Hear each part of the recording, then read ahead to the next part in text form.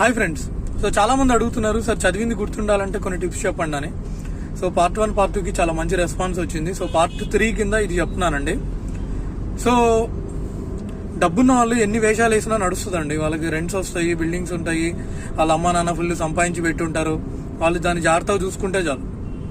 ఒక middle class family నుంచి వచ్చి నువ్వేమైనా సాధించాలంటే అది ఓన్లీ చదువుతూనే అవుతుంది. నువ్వు మంచి చదువుకొని డాక్టర్, ఇంజనీరో, లాయరో, చార్టెడ్ అకౌంటెంటో అయితే ఫ్యామిలీ పొజిషన్లోకి వస్తుంది. అది బాగా గుర్తుపెట్టుకోండి, రోజు అనుకోండి.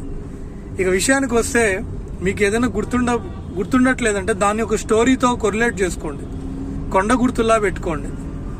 ఓకేనా? సో ముఖ్యంగా బాటనీ జువాలజీలో ఎగ్జైలం కానీ ఫ్లోయం ఇవన్నీ చాలా ఉంటాయి. మాల్వేసి, ఫ్యాబేసి, వీటికి రీజన్స్ ఉండవు. దాన్ని జస్ట్ కొండ గుర్తుల్లా గుర్తు పెట్టుకోండి.